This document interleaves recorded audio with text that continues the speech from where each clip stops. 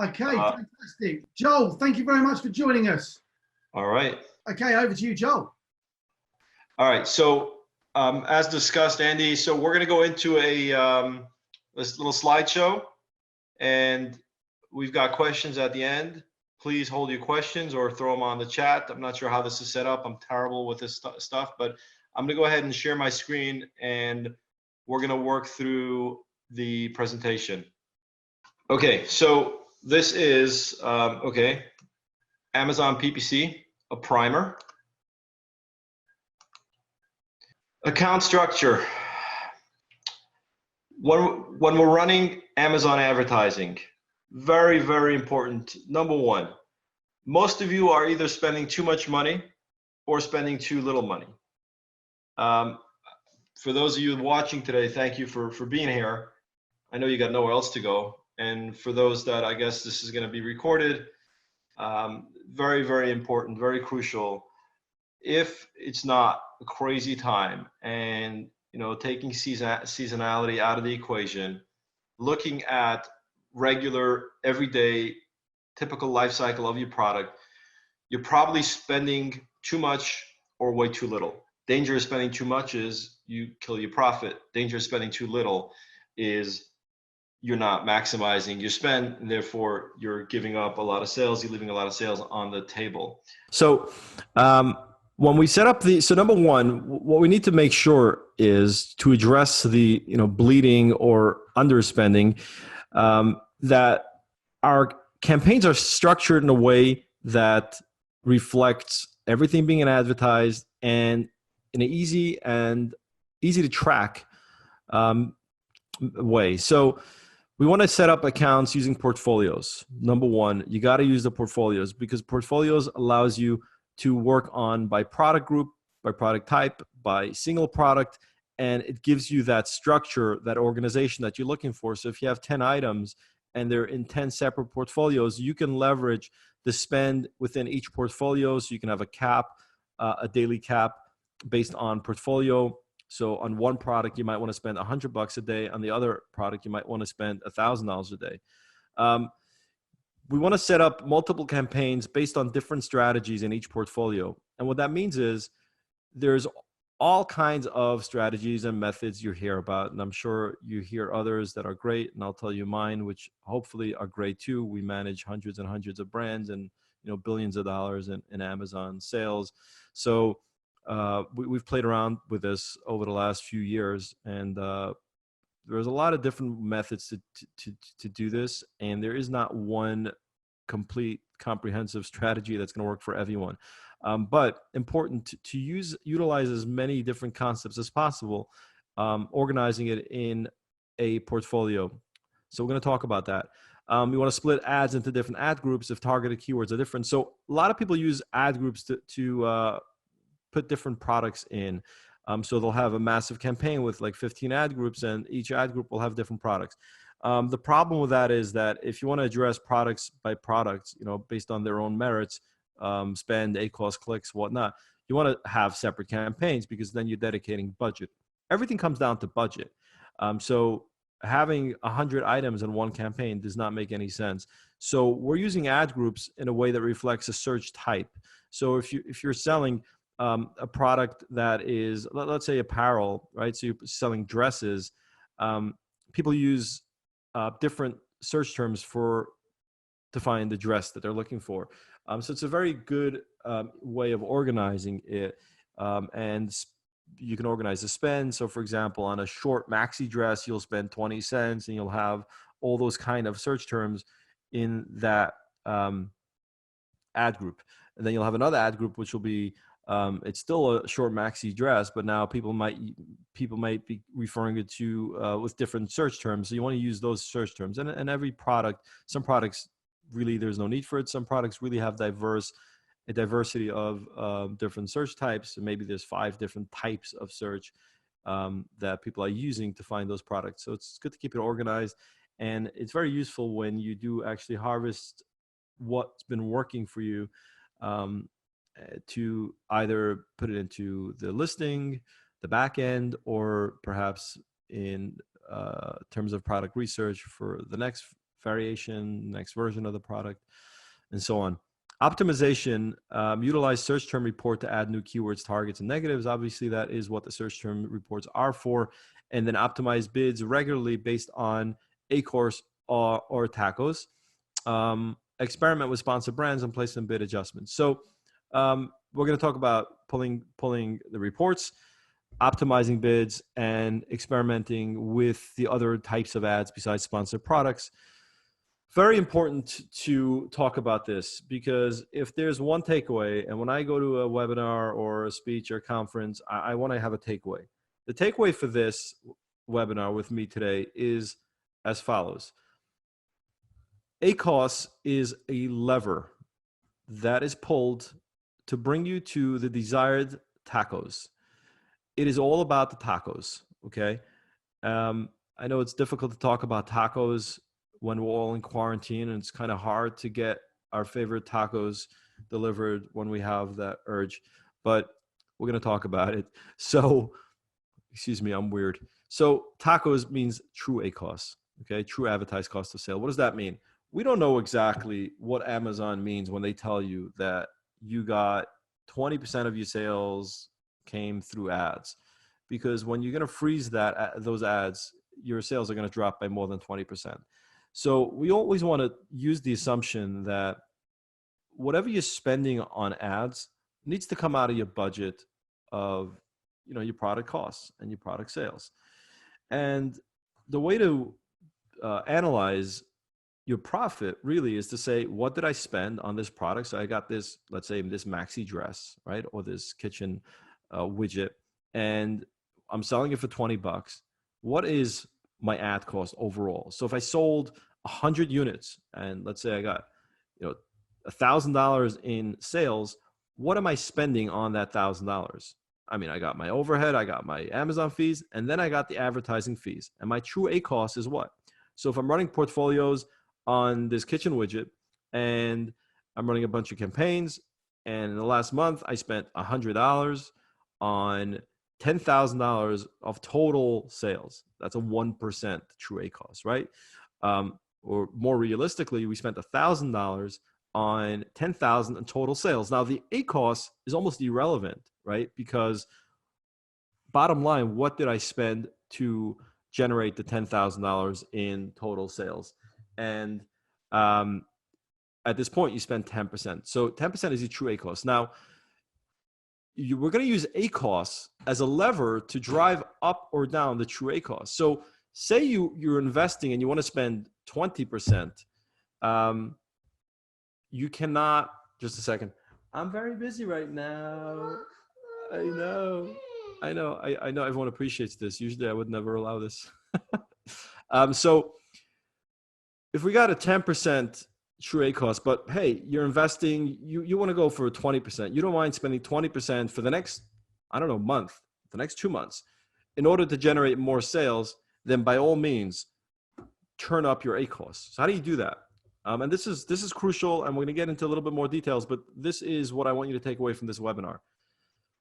When you spent $1,000, and that's a 10% true ACoS, okay? Your ACoS could be 60%, which is typically considered very high. But say that you want to spend 20%, right? So on my $10,000 in sales, I'm ready to spend $2,000, which hopefully will drive sales. Doesn't necessarily always work that way, but let's say that's a strategy you want to take now. How do you get there? And you get there by taking that ACoS of 60% and targeting 120% ACoS. That'll allow you to double your spend, double the keywords that you're adding, double the bids, double your budgets. And that will get you to hopefully spending more money, while on a weekly and a bi-weekly basis, and bi-weekly is the weirdest word in the English language because it could mean twice a week or once every 2 weeks, but we're referring to once every 2 weeks. But I think you should be on this on a weekly basis, comparing on a product by product basis, with reason, because if you've got 100,000 products, then you need a more comprehensive strategy. But if you have 5, 10, 20, 30 products, they're each in their own portfolio, comparing the cost of advertising versus organic total gross sales for that product. Let's talk about a more typical example. And again, whatever we can cover with this point right here, I think that's the gold right there. So let's talk about more regular example. Say you're doing $30,000 a month in sales. You have an ACOS of like 40%. So I'm not sure what the math on that is, but let's say your ACOS is 40%. You're spending $30,000. You're spending $3,000, which is a 10% true spend, or you're spending a little higher. Okay. Typically, the numbers you should know are as follows. You should be spending somewhere between 5 and 10%. 8% could be ideal for most products at this point, meaning that is what you're forced to spend, not because you want to spend 8% additional and give it to Amazon, but that is kind of like what you would have to account for on most products, which is important when it comes to your sourcing and knowing your numbers. But let's use the number 8%. And say you're at a 16% now. Say you double of where you need to be. You're spending on $30,000, 16%, whatever that comes out to. So I don't know, somewhere like $5,000. Now, in order to use the ACOS as a lever to bring your spend back to 8%, which would be, I don't know, $2,800, $2,500, you take your 40% ACOS, which is running, it's actually running at 40%, and say, I'm going to change my target to 20% ACOS. And when I change my target, now, if something's at 40%, it's out of budget, I can't feed it any more budget. If something is at 15%, you can actually increase that budget, which is why it's so important to have everything structured by campaign and by portfolio so that you could actually increase spend where needed and decrease spend where needed. Vice versa, you got a great ACOS, you had a 20% ACOS, which is considered great for most product categories, and you're only spending like 3%. So on the $30,000, you're only spending, I don't know, $900 or whatever that comes out to. You got to get it up to $1,800. So you're going to create an ACOS target of 40%. Right now you're running at 20%, which means double your budgets, double your bids, and add a lot more keywords that on the report show a conversion of, between 0 to 40% ACOS. So I hope everyone got that. I'm happy to take questions on that when we're done with this. Account structure. Don't add campaigns blindly. People do this all the time, just running campaign after campaign. It's gotta be a reason. You don't add products blindly. Don't add campaigns blindly. Setting up with portfolios. How do you measure success for your account? Is it by ACOS or TACOS, which we just discussed? Does success mean the same thing for all products? Absolutely not, right? So a product that you're launching right now, and you might want to have, I've seen clients that say, we're going to go to a 200% ACOS. It doesn't mean that they're actually going to hit 200%, but they're targeting that, which means they're feeding it enough budget, they're feeding it enough keywords, they're feeding it enough bid, prices that they're allowing it to go up to 200%, which typically, I don't know, for some products, maybe it'll go up to 50%.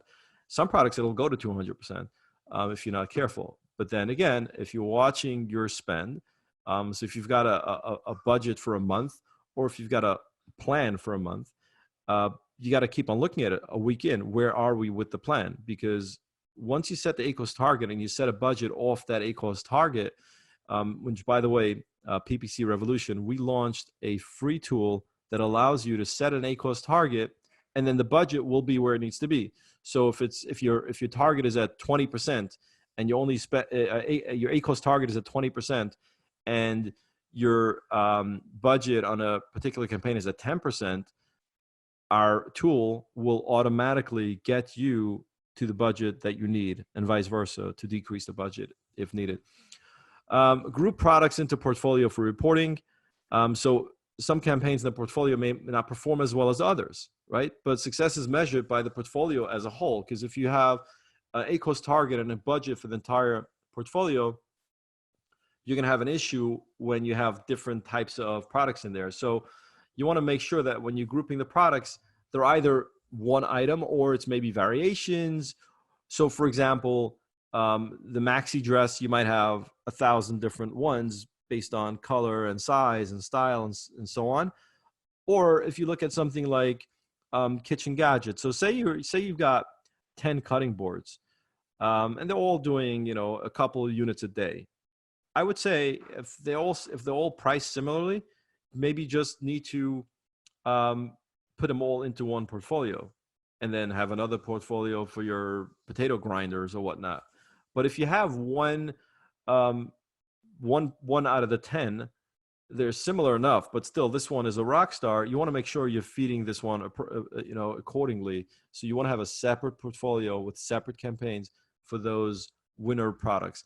Very important to look at this and say, which products do you focus on more? And I always say focus on the successful products more, because if a product is doing 1,000 units a month and you work it and you increase it by 10%, that's another 100 orders, versus a product that's doing, you know, 50 units a month and you're increasing it by 10% if you're lucky because it's not working very well, and you get another 5 orders. So the focus is definitely on the successful products in general. You know, you're always going to have, typically you'll have a couple of more successful products. Now, when we set up our portfolio, you want to look at exploratory campaigns and performing campaigns. And I know this goes into the heebie-jeebie of Amazon ads, and I'm going to try to clear it up for you. So auto campaigns are considered exploratory, but they may not, meaning auto campaigns are used to harvest keywords, and you're more liberal with adding negatives there. But auto campaigns sometimes do really, really well, and you want to keep them going. So it's not, the strategy is you want to extract whatever you can, but you're not shutting it down unless it's not performing, unless your auto campaign is double ACoS that your manual campaigns are, and, you know, like 10% of total sales of your manual campaign, just shut it off, you're wasting your time. But otherwise, auto campaigns should be kept going as long as it's performing. You want to use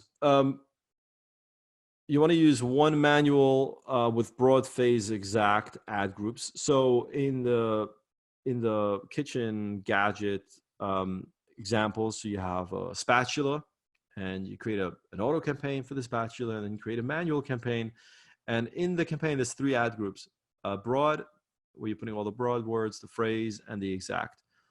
Or, which this is a better strategy, is to use 3 different campaigns within that portfolio: one for broad, one for phrase, and one for exact. And the reason is you never really know what's going to work better, broad, phrase, or exact. So if you've got a, let's say, average a 30% ACoS target on your campaigns, broad might be at 90 while exact will be at 20, or vice versa. So you want to make sure that you can keep it in separate campaigns so that you could apply the right budget. Product targeting campaign is as well, you loading it up with ASINs, and then you can get more, you can go deeper with the ASINs that work, or not, right? So it's one of those campaigns that you want to put up there, and as long as it works, you want to double down on it. Performing campaigns, now you're taking the campaigns that have worked for you, and you want to work on what is performing and build campaigns out for those. So you can converting keywords campaigns. So you take all the good keywords from the number of campaigns that you got running, and you put it into a campaign with a certain ACoS target. So now that's like your good campaign. Then you can have very few keywords in a high performance campaign. So get 3, 4 top keywords over the last 2 months. I mean, you want to have a nice date range there, a nice window, so you know these are actually performing. And then look at their ACoS, and if your average is 30% and these are at 15%, you can have a 15% target ACoS campaign with 3 words. Low bid campaign is very, very, very important. You can take all your keywords in your report, anything that did any kind of performance whatsoever. So if your target is 30%, even keywords that that converted at 200%. If that any conversion, if there was any orders, take that keyword, don't lose it, and put it into a low bid campaign in a broad, a phrase, and an exact. So you'll take that one word, you put it into 3 iterations of it, iterations of that word, and at a very low bid. Started at 10 cents, 20 cents. Play with it. Some items low is 10 cents. Other items low is 50 cents. So play with it. Low bid campaign will typically net you some sales at a very low, at a very low ACOS.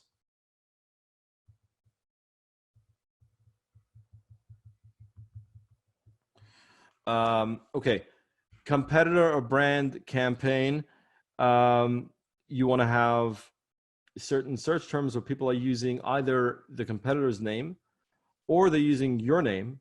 And either way, you want to control that ACOS. For example, if you've got a recognized brand to some extent and you are not, you don't want to pay for those words because people are searching for you anyway, but you don't want to give it up to a competitor. So you want to control that with having a very low ACOS on that product keyword. And then a ranking campaign is if you're launching a product or you're not launching, it's a regular life cycle of the product, but you're saying, I need to show up for this word. I'm not showing up for the word kitchen utensil. I need to show up for that word.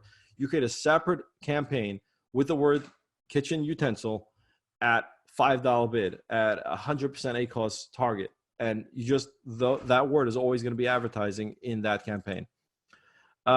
Splitting by ad groups. I think, we discussed it to some extent, but you don't want to use ad groups to split different products. You want to use it to split different search term types. So it's well organized. So all your red dress keywords on one ad group. And then on that ad group, you can actually adjust the bid for that entire ad group.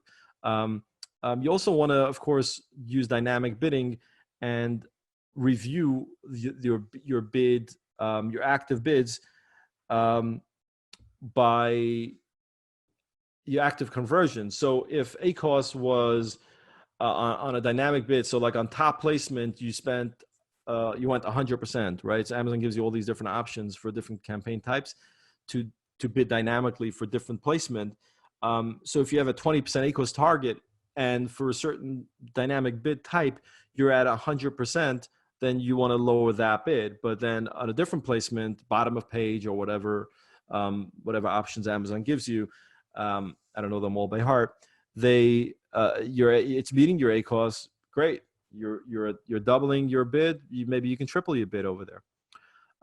In manual campaigns, broad, phrase, exact, keywords as discussed. So you can actually, when my advice is to create 3 separate manual, one for broad, one for phrase, and one for exact. And then within broad, you want to split it by different style keywords so that you can have the color or the style, and you can track that easily.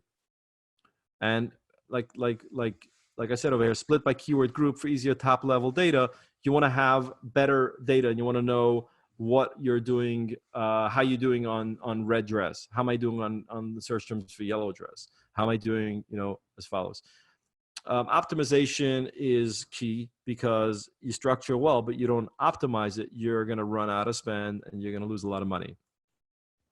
So your search term report is where you're optimizing. Your auto campaigns will trigger your ad on both customer searches and product pages. Manual campaigns will generate search terms as well. These terms can be added as keywords and the ASINs as targets. So I don't know what level you guys are on, but typically you know what the search term looks like. And I'm sorry if I didn't address that. I'm trying to move in a more of a comprehensive manner. But when you pull a report, you can have ASINs. Those ASINs you can use in a targeting campaign, an ASIN targeting campaign, and then all the search terms you're using based on their ACOS and their click level to add it to your broad, your phrase, your exact. So you start off with 100 researched keywords, and you put it in a broad and the phrase and exact. You're running that. The broad and the phrase are kind of like having babies because now there's new iterations of those words So for example, if your search term was your keyword that you put in, your well-researched keyword was um, uh, accordion slicer, right? Like this kitchen gadget. And I'm just randomly picking words out of my brain. And then Amazon, you put that in as a broad, and now you're coming up for, a carrot slicer, and you actually converted, and you had 3 clicks, and you had an ACoS that was below your ACoS target, or within that range. You'll take that word, and you're going to add now the word carrot slicer again within the broad and within the phrase. So you're always using those words and harvesting the new keywords.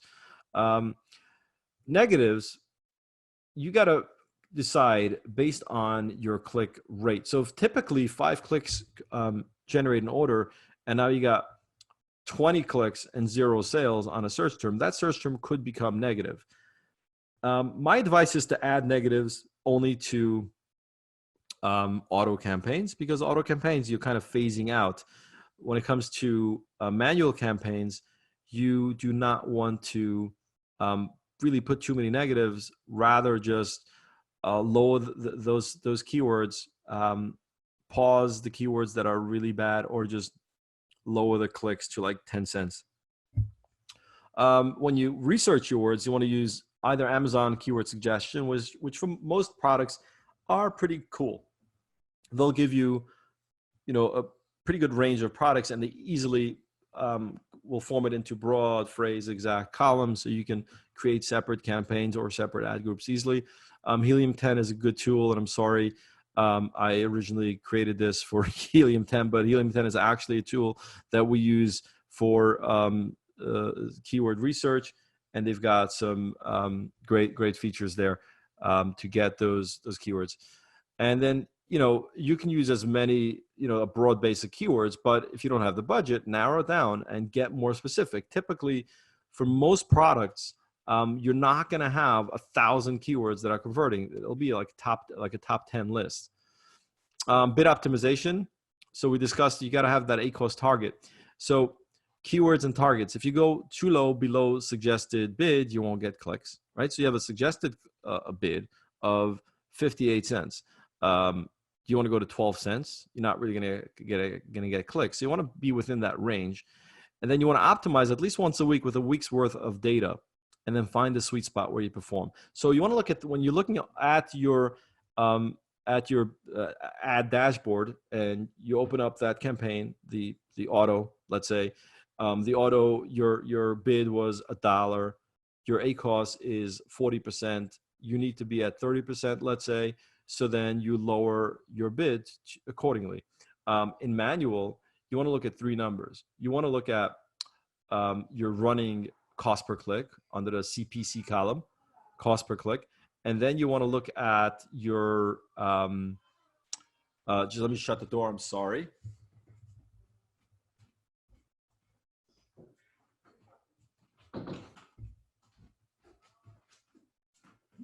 I hope everyone excuses me, but this has been crazy time like everyone else, and my child wandered in here before. Just a second in my jacket. If you go too low below suggested bid, so you want to look at 3 numbers. You want to see the cost per click, which that's actually what you paid. You want to look at the suggested bid, and then you want to look at what your bid is. So if you had a bid of $1 and your actual cost per click was, I don't know, 90 cents. Okay, that's your CPC. And the suggested bid is only 70 cents, and your ACoS is too high, then bring your bid down. Bring it down to 40 cents. But vice versa, if you're at a 20-cent bid and Amazon is suggesting a 40-cent bid, and your cost per click is 20 cents, but you still have room in your ACoS, you're below your ACoS, then you got to increase it. So you want to use suggested bid as a kind of guidance, but then you want to look back at the last range of data, let's say last week of data, and say, what was my actual cost per click and what was my ACoS? Am I within my range or not? So it's very, very straightforward, actually. And then in ad groups, you can actually use the default bid to control all your keywords. that are going to be going into it. But typically, you want to go keyword by keyword and make sure that you're optimizing on performance on that actual keyword. But if you had an ad group bid of $1, so all the keywords that you're adding on a weekly basis within that ad group is going to go to $1, it's not going to affect the bid that you change. So you can actually go into that, even though the ad group says $1, you can go into that and change something to 50 cents. And the way to change them all is to apply all, click on all, and then just update cost per click. But typically you want to really look at keyword by keyword by keyword. Sponsor brands, best way to dominate the search page when you need visibility on your brand. So you want to put a couple of items that are similar to each other, like within one collection, or you want to, and then you can drive them to those items, or you can drive them to your store. The ACoS will typically be higher in sponsor brands, but you're getting a more of a long-term brand, viability and brand equity. So you really have to be smart with yourself to say, is this working for me or not? So you gotta watch that. And like we discussed placements, so you want to utilize the data to bid more for top of search and for product pages, and you need to consider placement adjustments for moving more spend. So as discussed, so if you are already doubled your bid because you want to show up on top of page, then and your ACoS, so you got to track your ACoS and say, okay, I did that, I doubled my bid. What's my ACoS been for the last week? Okay, it's above my target, I got to lower it. It's below my target, I can increase it. And so these are the things that you got to look at, and then say, are my campaigns set up well? Am I optimizing frequently? Am I utilizing all the ad types, right? Because maybe you're not using ASIN targeting, or you're not using sponsored brands. Now they've got video ads, display ads. Are my budgets high enough to give room for my campaigns to work, or vice versa? Are they too high and they're costing too much money? And that is it for this portion of it. I'm happy to go ahead and answer. So I gotta actually I gotta get off my screen share. And how do I do that?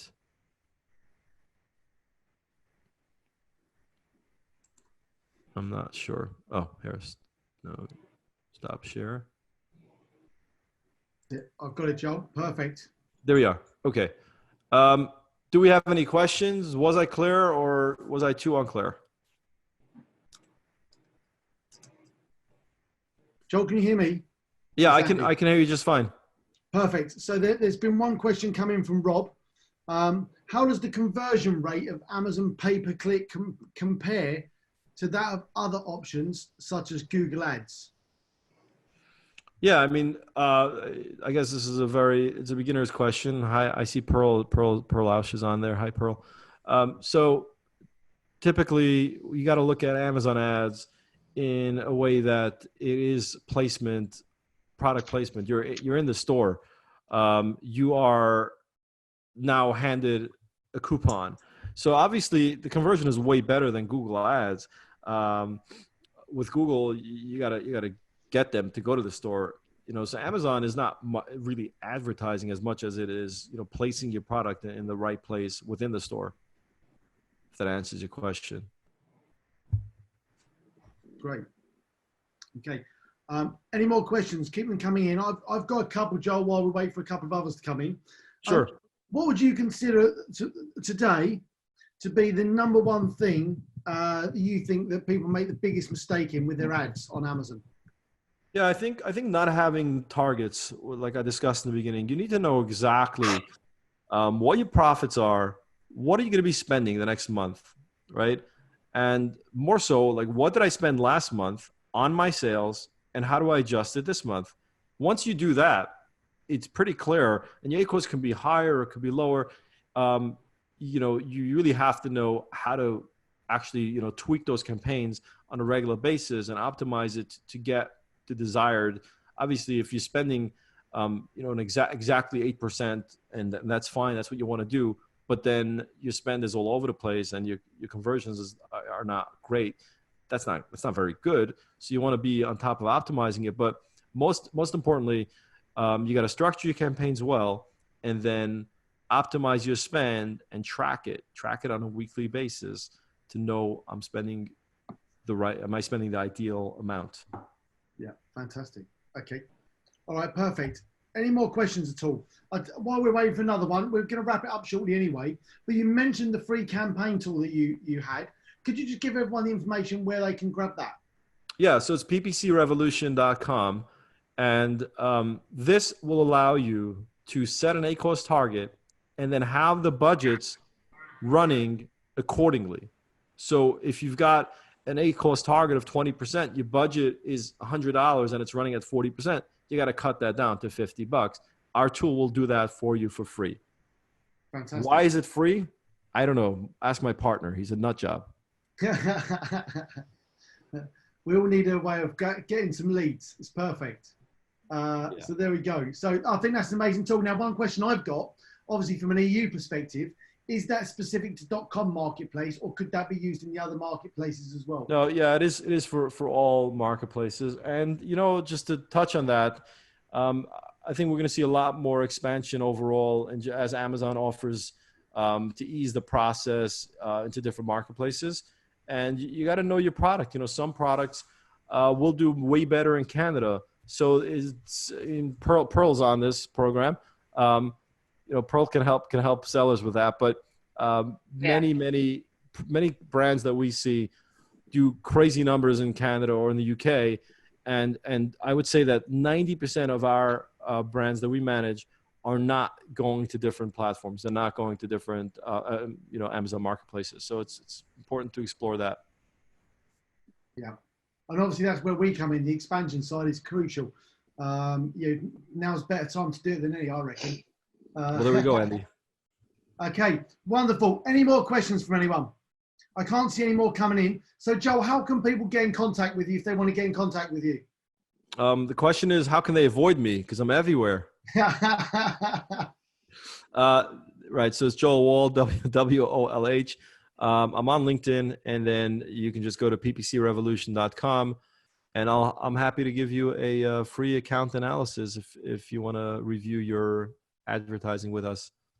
Fantastic. You can't get any better than that. Well, Joel, thank you very much. I really appreciate your time. Thank you very much for giving up some education to all the sellers online. So thank you very much. I wish you guys all, stay safe, stay healthy. It's a little crazy over here, and I'm sure same by you. So just keep sane, stay alive. I was going to start singing then, but I won't endure that to anyone.